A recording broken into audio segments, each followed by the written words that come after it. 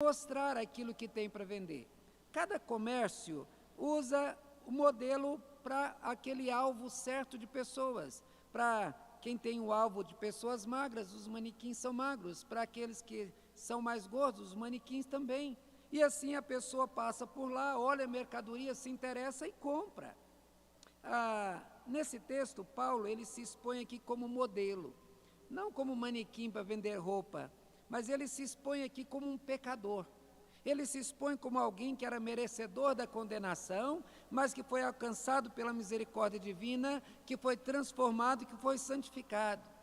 Agora Paulo olha para o lado e ele procura adoradores para adorar a Deus. E ele se expõe então para atrair pecadores, que, como ele estava perdido, para atrair aqueles pecadores que também estão perdidos e que estão achando que são irrecuperáveis. Então, para mostrar que há uma saída, para mostrar que há a possibilidade de salvação, ele diz: olha, eu estava perdido. Então, olha para mim, eu sou a prova viva de que há como um pecador ser salvo e um pecador ser transformado. Paulo se apresenta como modelo de um perdido que merecia toda a cólera de Deus. Ele merecia toda a ira de Deus, primeiro porque ele foi um religioso hipócrita. Tem gente que fala assim, é melhor um bar, é melhor uma igreja do que um bar. A gente tem que parar para pensar nisso. É melhor estar dentro da igreja ou estar lá fora? Porque, olha bem, se uma pessoa ela se apresenta como religioso, que diz que fala a verdade, sem falar a verdade, se diz que ele ensina as coisas boas, mas ensinando coisas erradas, essa religiosidade hipócrita não vai servir para nada, nem para ele, nem para as pessoas que o ouvirem. Paulo, além de ser um religioso hipócrita, ele perseguiu, ele matou, ele tirou vidas. Ele declara que, caso ele fosse condenado, Deus seria absolutamente justo. Então, ele se apresenta agora como um referencial, mas agora um referencial de redimido. A sua nova condição, ela traz esperança para os perdidos. Ela traz a alegria, a possibilidade, então, de o perdido mudar a sua situação, do sujo encontrar aquele que purifica. Então, mesmo que nós nos sintamos o pior dos pecadores, o mais sujo dos homens, você que está nos ouvindo, se você tem esse sentimento de que nada está bom, nada resolve mais, que você está no fundo do poço, olhe para o que aconteceu a Paulo.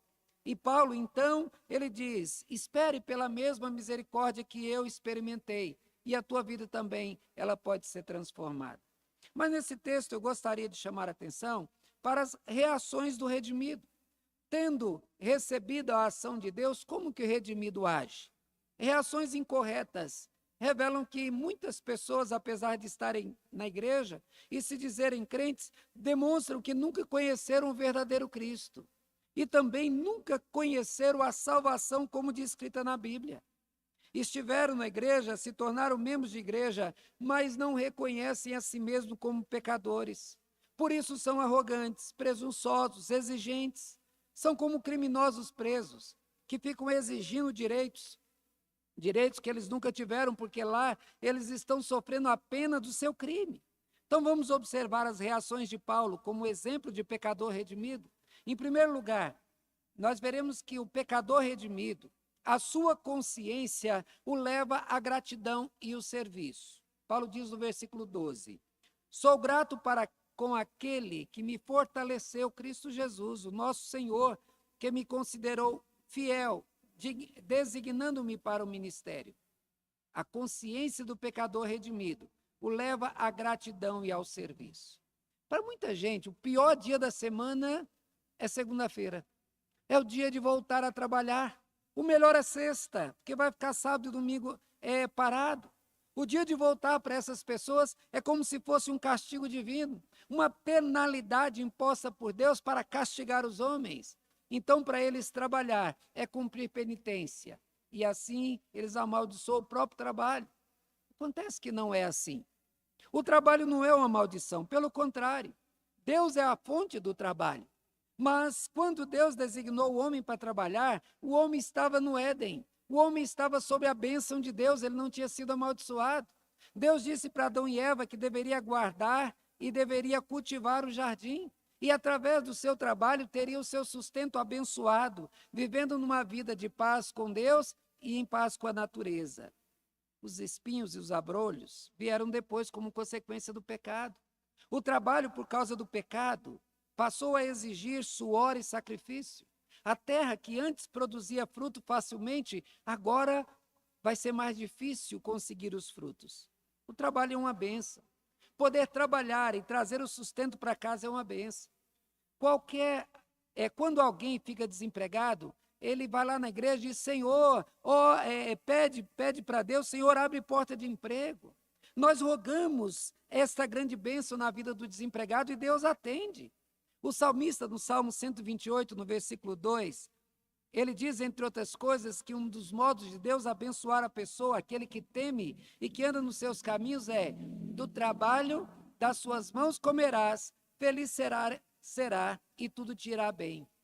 Olha, o resultado do trabalho traz felicidade, traz bem-estar. A segurança familiar depende do trabalho dos pais. Não existe nada mais prazeroso do que para um pai de família que ver os filhos assentados na roda da mesa com um prato cheio, satisfeitos. Não existe nada mais triste e desesperador para um pai, para uma mãe, do que ver os seus filhos chorando com fome, precisando de algo que olha para ele esperando que ele possa dar e ele não pode porque não tem como comprar. Paulo, como pecador redimido, agradece a Deus por tudo aquilo que recebeu dele. A gratidão é um sentimento raro. O sentimento da gratidão, ele é estimulante. Uma pessoa que tenha feito algo para outra pessoa e vê aquela gratidão, e vê a pessoa recebendo aquilo com gosto, ele vai ficar com vontade de fazer mais. Ele vai ficar com vontade de doar mais. Ele vai ficar disposto a fazer mais. Mas o contrário também é verdadeiro. Quando uma pessoa faz alguma coisa para outra pessoa e a pessoa não agradece, e ela não reconhece o sacrifício que foi feito para ajudá-la, essa falta da gratidão fecha as portas, porque a pessoa, então, ela vai deixar de doar, ela vai recolher a mão. Olha, a gratidão do pecador redimido, ele nasce exatamente do conhecimento do seu estado antes da conversão, o estado que era de miséria total. Não tinha o que oferecer a Deus, não tinha nada de bom para servir de troca. Era como um lixo que deve ser jogado fora, que deve ser abandonado para lá. Por reconhecer esse estado tão terrível e o tamanho do bem que veio da parte de Deus, o pecador redimido agora olha para Deus e quer agradecer a Deus através da sua vida, do seu trabalho, de tudo aquilo que faz. Ele reconhece que o que pode fazer é fruto da ação de Deus. Ele sabe que o seu trabalho é porque Deus o fortaleceu. Ele reconhece que tudo que está por trás da sua vida é dádiva que vem de Deus. Tudo no seu dia a dia. A cama, o sono, o apetite, o alimento, a roupa, a água que bebe, o ar que respira. Coisa que para os outros são algo normal. O crente vê tudo isso como uma ação graciosa de Deus para a sua vida. Pelo reconhecimento da bondade de Deus é que esse crente ele é grato. Muitos se tornam arrogantes. Quando crescem, quando aparecem, quando não reconhecem a ação de Deus e acham que fez por merecer, ele começa a pisar nos outros. Eles começam a fazer exigências. Esse comportamento é inadequado para qualquer crente. Não é possível ser um crente e ser orgulhoso. Não é possível um crente redimido, sabendo de todo o preço, de toda a ação de Deus para salvá-lo, e que reconhecendo o estado onde estava, não tem como ser um crente redimido e ser uma pessoa orgulhosa. Não combina, porque o crente de verdade, ele sabe o tamanho do mal que estava em seu coração e o tamanho da situação pecaminosa que o levaria à condenação. Paulo disse: me considerou fiel e me designou para o ministério.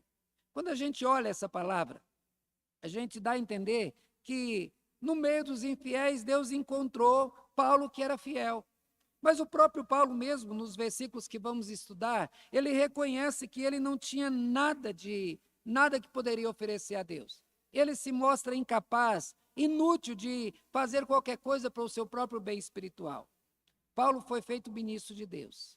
quando Ananias foi orar por ele, Deus falou para ele: vai, porque eu vou ensinar para ele o quanto importa sofrer pelo meu nome. E Paulo agora vai a ele para pregar. Paulo agora, ciente do seu ministério, ele vai dedicar a sua vida ao trabalho. Ele não vai com suas forças, ele não vai por sua sabedoria. Ele mesmo diz que ele resolveu abandonar todo o seu conhecimento para pregar somente o evangelho de Jesus. Ele agora ia como ministro de Deus. A nossa afirmação é de que o pecador redimido, tendo a consciência do seu triste estado sem Deus, ele é levado à gratidão e ao serviço. Ele desejará trabalhar para Deus. Ele verá esse trabalho como um privilégio. Saber que o Deus Santo e Puro resolveu usar aquele pecador naquele trabalho é um privilégio que poucos têm, mas tem muita gente que tem e que não dá valor.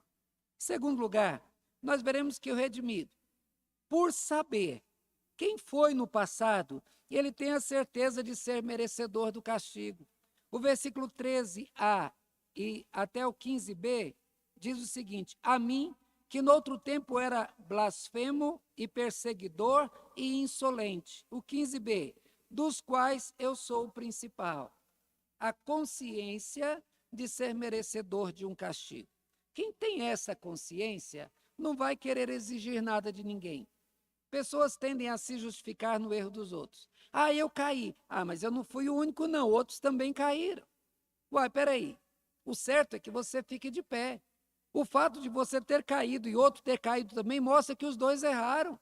O certo é que todos falem corretamente, não é que as pessoas aceitem falar errado porque os outros estão falando errado também.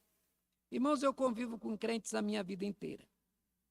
Nesse meu período de vida, já vi muitas reações positivas e negativas. Eu vi crente querendo ser dono da igreja. Vi pessoas se julgando merecedoras das bênçãos de Deus por serem dizimistas, por exemplo. Vi homens e mulheres arrogantes zombando das autoridades da igreja por se acharem superiores.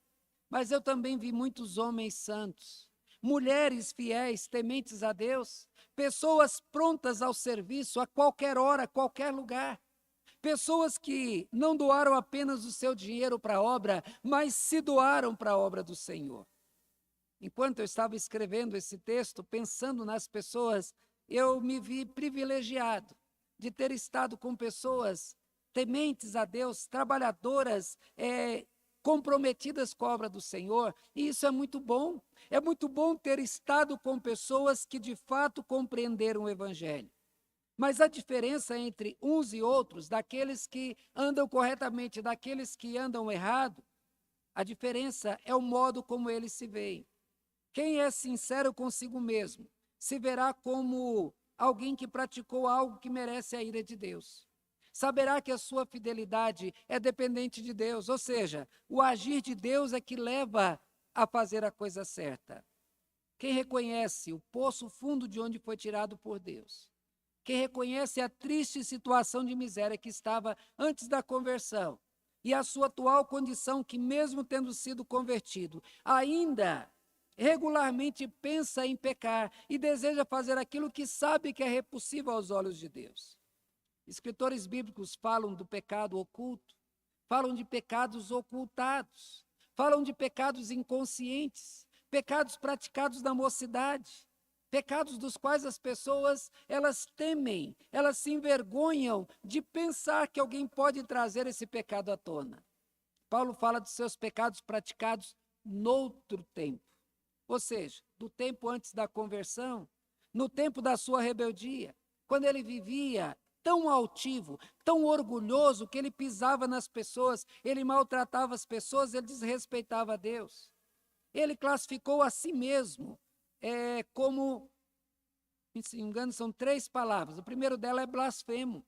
Blasfemo é a pessoa que insulta a divindade.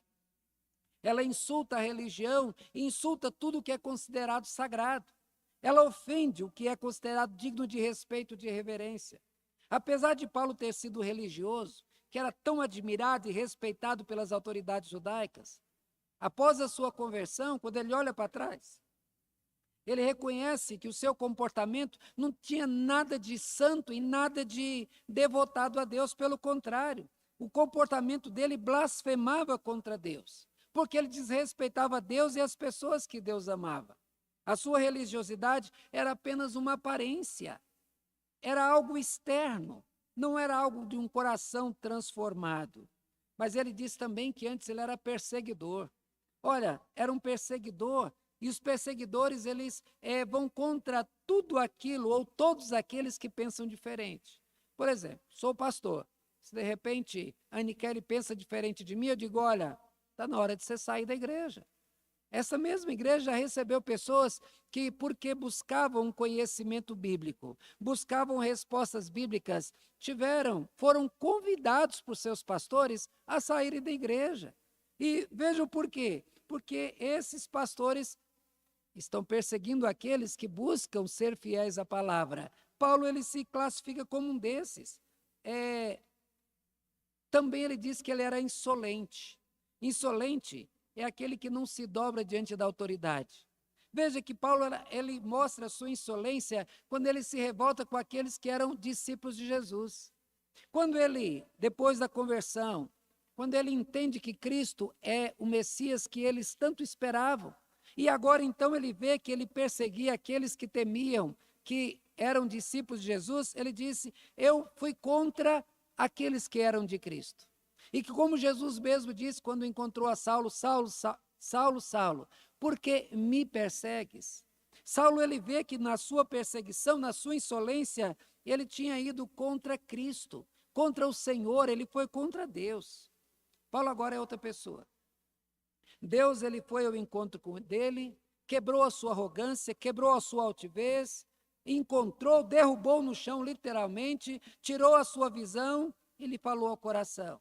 Deu a ele um coração cheio de amor. Paulo agora é um homem que fala dos pecados, sim, mas ele não mostra só o pecado dos outros. Ele aponta o pecado dos outros para que as pessoas abandonem os pecados, mas ele aponta também para si. Ele diz, eu sou o principal dos pecadores. As pessoas, elas têm mania de acusar os outros para se inocentar. O pecador redimido, ele deve seguir o exemplo de Paulo, deve reconhecer que o pecado o faz digno da maior manifestação da ira de Deus. A sujeira do seu coração o faz merecedor do desprezo de Deus. O pecador redimido sabe que é merecedor do mais duro castigo de Deus. E por isso ele se torna uma pessoa humilde. Mas, em terceiro lugar, nós veremos que o pecador redimido, ele reconhece que foi salvo pela misericórdia de Deus e não por méritos próprios. Versículo 13, parte B, e o versículo 14, ele diz, mas obtive misericórdia, pois o fiz da ignorância, na incredulidade. Transbordou, porém, a graça de nosso Senhor com a fé e o amor que há em Cristo Jesus.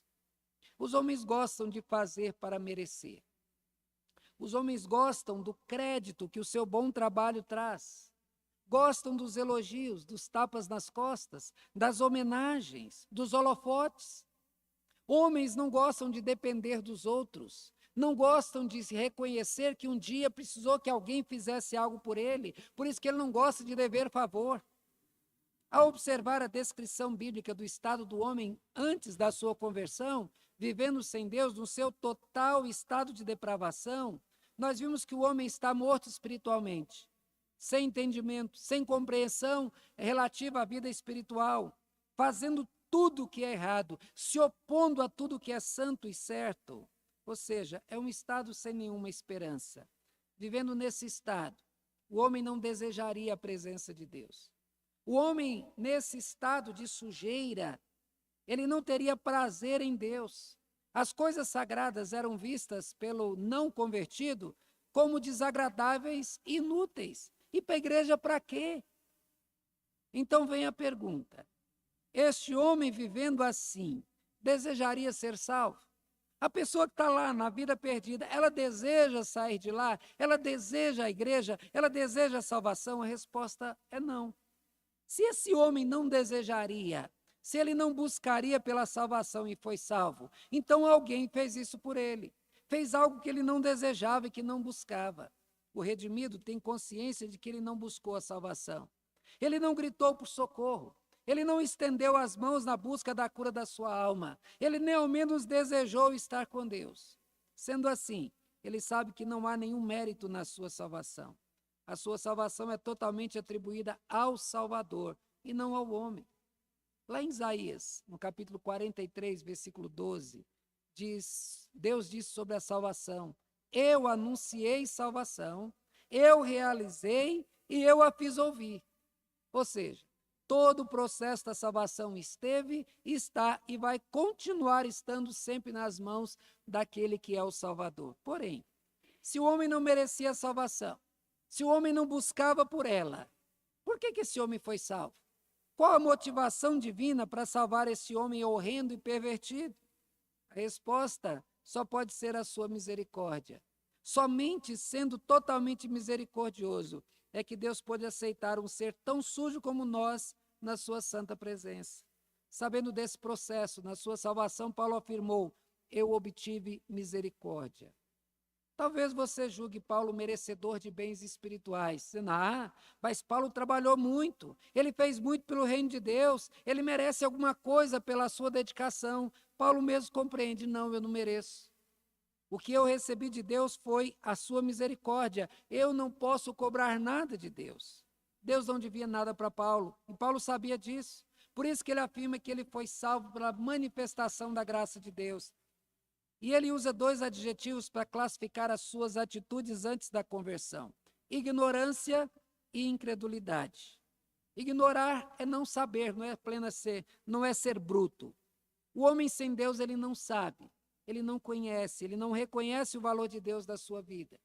Com a habitação do Espírito em seu coração, o Espírito lhe ensina o caminho santo, lhe dá a compreensão do sagrado e mostra o quão terríveis são as atitudes praticadas pelo homem que segue o seu próprio coração corrompido. Paulo afirma que agiu motivado por esse coração ignorante. Mas ele diz também que ele agiu por incredulidade, pelo coração descrente. No capítulo 6, versículo 21, Paulo afirma: naquele tempo que resultados colhestes, somente as coisas que agora vos envergonhais, porque o fim delas é a morte. Paulo, ele dizia que se envergonhava ao se lembrar das coisas que ele fez antes da conversão. Você teria coragem de chegar aqui na frente da igreja e contar tudo o que você fez antes da sua conversão? Eu teria vergonha.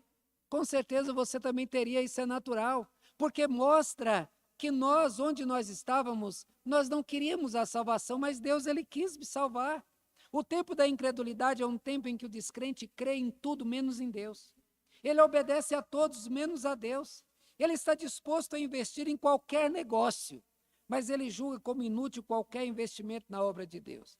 Quando o incrédulo vê o crente dar o dízimo, por exemplo, diz: olha, o crente vai levar dinheiro para a igreja. Acha que é um grande desperdício, mas ele não vê o quanto de dinheiro que ele gasta numa mesa de bar. Numa saída qualquer, numa festa, ele gasta o dinheiro todo e ele não percebe a inutilidade disso. Paulo, após ter recebido a fé que vem de Deus, ele reconheceu que a fé é dos eleitos de Deus, que a fé foi imputada a Abraão para a justiça, como ele escreveu em Romanos. Ele diz que pela graça sois salvos mediante a fé e ela é dom de Deus. A fé recebida muda tudo na vida do crente. Agora o crente crê e confia no Salvador. Ele sabe que a sua salvação é obra exclusiva de Deus em sua vida, que sem ela ele não conseguiria nada, o seu esforço não faria chegar a lugar nenhum. E, de fato, a salvação é um ato de misericórdia de Deus, assim como ocorreu com ele, acontece conosco. Por isso que ele diz: em mim transbordou a graça de Deus. A salvação é obra da graça divina. Ela oferece seu amor sem esperar nenhuma recompensa, nenhuma contrapartida. Aí alguém pergunta para você: o que você precisa fazer para ser salvo? Aí você logo imagina: eu preciso fazer isso e isso. Não, você só tem que depender de Jesus, só crer. E esse próprio crer é por ação divina, porque a fé é dada pelo próprio Deus para que você creia. Você tem que depender de Cristo e viver nessa dependência. O amor que há em Cristo Jesus, uma vez você conhecendo esse amor, ele vai dirigir os passos, ele vai dirigir a tua vida como um pecador redimido. Não será mais o medo do castigo. Uma vez eu ouvi de um jovem dizendo que o que mais teme é ir para o inferno. Que ele vem para a igreja, e eu achei muito interessante fazer essa afirmação, que poucos têm coragem de afirmar assim. Ele diz que só vem para a igreja porque ele não quer ir para o inferno. Ele vem para a igreja porque ele tem medo do castigo de Deus. Eu disse, não, a tua motivação não está certa. Porque no exato momento que você sentir que você está fora dos olhos da vigilância, você vai cair em pecado. O que deve nos motivar a uma vida santa não é o medo do castigo, mas é os olhos misericordiosos do Salvador olhando para você e dizendo, eu amo você, eu estou dando a minha vida por você. Será esse grande amor que nos motivará a fazer sempre a coisa certa, na hora certa? Sempre gratos a Deus, dependentes dEle, para que possamos afirmar que somos de fato pecadores, mas pecadores salvos e redimidos, porque Ele foi misericordioso para conosco. Sem a misericórdia de Deus, todos nós estaríamos eternamente perdidos e receberíamos a terrível ira de Deus, e por isso que nós devemos nos voltar gratos a Deus. Mas, em último lugar, nós veremos que o salvo sabe que Cristo não morreu por justos, mas por ímpios, e ímpios condenados. Versículos 15 e 16 diz, fiel é a palavra e digna de toda aceitação, que Cristo Jesus veio ao mundo para salvar os pecadores, dos quais eu sou o principal.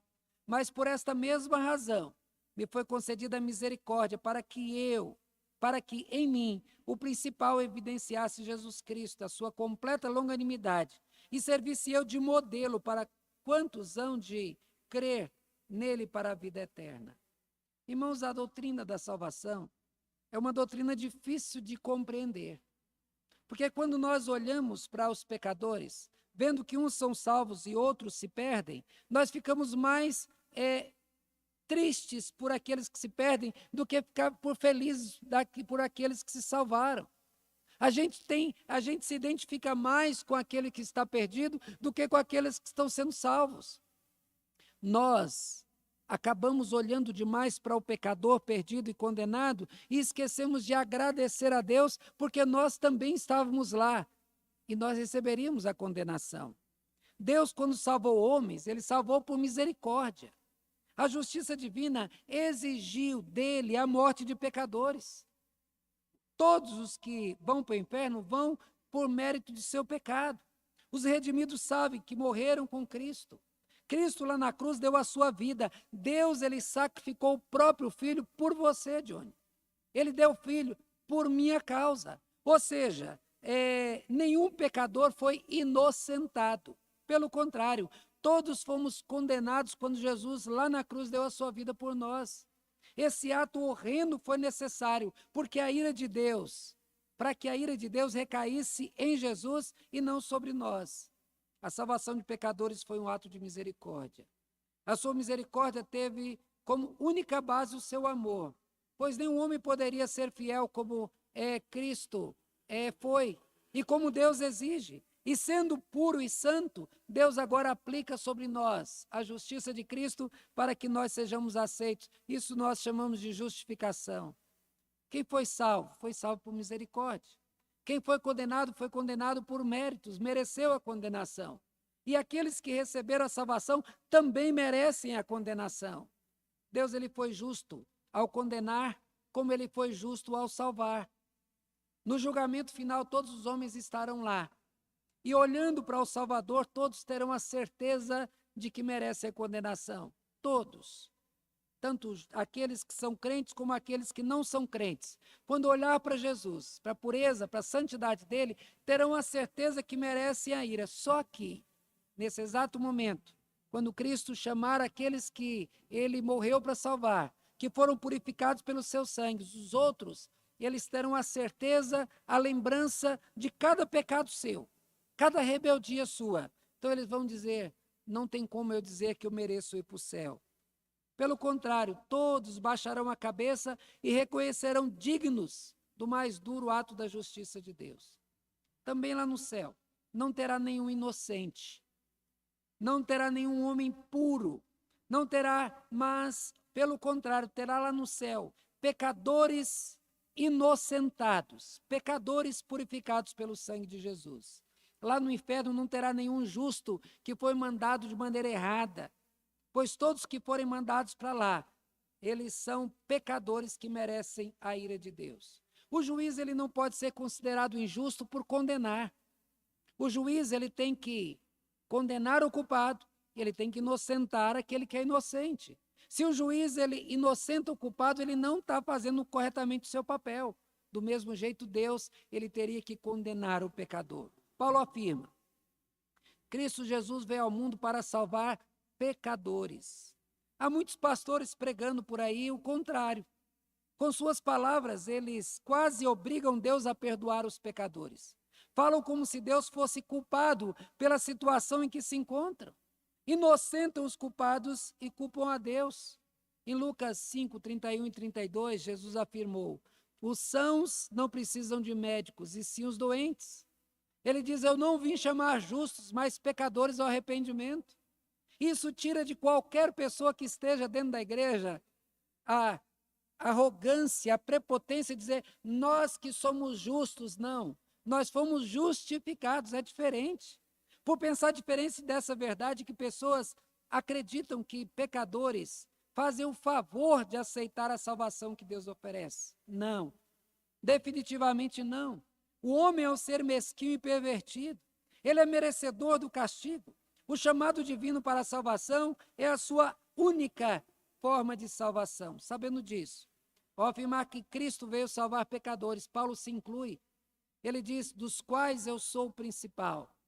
Todos os homens caíram em pecado. Todos são condenados por natureza.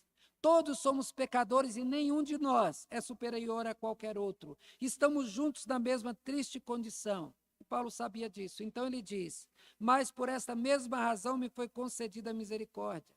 Se Paulo não fosse pecador, a sua salvação seria uma retribuição. Seria Deus pagando pelo seu serviço. Deus estaria recompensando pelo que fez. Mas consciente do seu estado de miséria e sabendo do valor que a sua salvação tinha para si, Paulo afirma que o que lhe foi concedido foi um ato de misericórdia. Paulo entendia que Deus tinha uma razão para escolher pecadores para pregar o evangelho. Já parou para pensar? Por que Deus manda você pregar se você é um pecador? Por que Deus manda que eu pregue o evangelho se eu sou um pecador? É porque é o seguinte, para que em nós, pecadores, evidencie Jesus a sua completa longanimidade e sirvamos nós de modelos a quantos hão de crer nele para a vida eterna. Eu trazendo esse versículo para nós. Não tem nada mais duvidoso. Você confia, Edileuza? Se você vê uma pessoa que você sabe que não sabe nem fritar um ovo e de repente ela diz, eu vou passar uma receita de uma comida muito gostosa, dá para confiar que essa comida vai prestar? Se uma pessoa não sabe dirigir, você sabe, olha, eu vou te ensinar a como você faz para colocar o carro aqui nessa vaga. Tem jeito? Não tem. Quem não sabe dirigir não pode ensinar. Acontece que Deus decidiu usar homens para pregar o evangelho. Os homens pregarão a outros homens sobre a sua própria experiência de salvação. Falarão da alegria da salvação que sentiram, o alívio eterno que receberam por serem salvos. É o que Pedro diz em 1 Pedro 2,10. Ele diz assim, vós sim, que não ereis povo, mas agora sois povo de Deus, que não tinhas alcançado misericórdia, mas alcançaste misericórdia. Ou seja, nós, pecadores perdoados e redimidos, nós vamos poder dizer aos pecadores, dizendo, eu fui salvo e foi a melhor coisa que aconteceu comigo. Venha comigo, tenha a mesma experiência que eu tive com Deus. Paulo ofereceu assim como modelo do homem perdido e condenado, mas depois se ofereceu como modelo de um homem salvo, redimido, que aprendeu a agir com base no amor de Deus. Por isso, ele reconhece a longanimidade de Deus. Então olha para perdidos e diz, vocês podem ter a mesma vida eterna que eu recebi. Venham, aceitem Jesus Cristo como Salvador. O pecador redimido, ele tem certeza de que Cristo não morreu por justos, mas ele morreu por ímpios condenados. Mas, irmãos, o versículo 17 diz, assim, ao Rei eterno e imortal, invisível, Deus único, honra, glória pelos séculos dos séculos. Amém. A glória da salvação pertencerá sempre ao Salvador. Um jovem não sabia nadar, mas ficou ali na beira do rio e de repente ele caiu na água.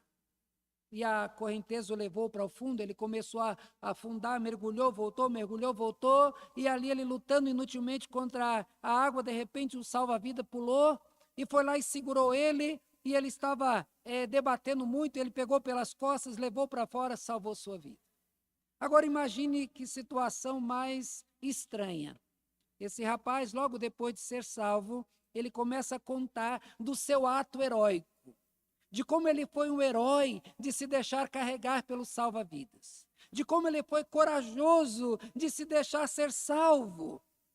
Pior ainda, é o entrevistador tratando ele como um verdadeiro herói. Você é um herói porque você foi salvo. E o salva-vidas? Para que pensar nesse ser inútil e desprezível e desnecessário que é o salva-vidas? Para muitos a situação da salvação é assim. Muitos se louvam por terem sido salvos. Exigem um tratamento especial de Deus por terem crido no Salvador. Elogiam-se, enaltecem a si mesmo. E o Salvador? Falar do Salvador para quê? A glória terá sempre de ser dada àquele que salva, sempre. Todos os pecadores que foram verdadeiramente redimidos terão consciência de que a glória da sua salvação pertence a Deus. Por isso que Paulo exalta a Deus por ele ser rei. Não apenas um rei, mas o rei soberano que decidiu sobre a sua salvação. Aquele que é eterno, não um ser criado, não uma pessoa humana, mas um ser eterno, o Criador, o mantenedor da vida. O ser imortal, aquele que o tempo lhe serve, que não envelhece, que não caduca, que era, que é e que sempre será.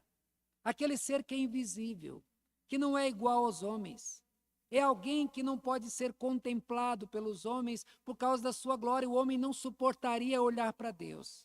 Ele que é Deus único, o único Deus, o único Salvador.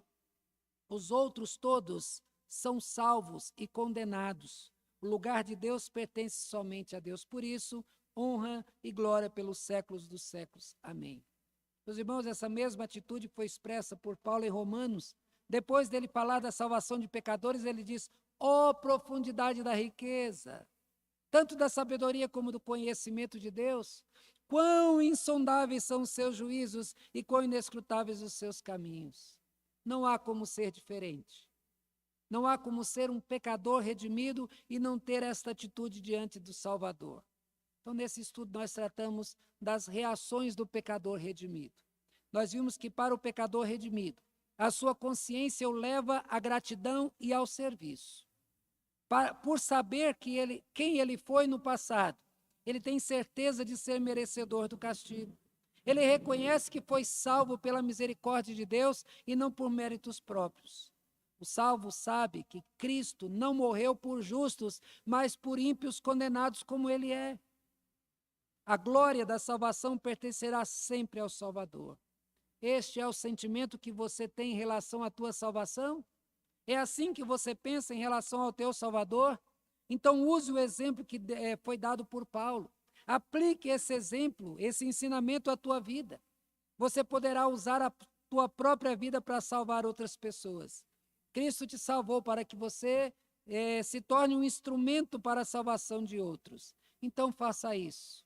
Seja essa as reações tuas, as reações de alguém que de fato entende que é um pecador, mas que foi redimido pelo Senhor. Amém? Que Deus abençoe. Nós vamos orar agora. Eu convido a Edileuza que venha e faça uma oração, e com essa oração nós encerramos o nosso estudo.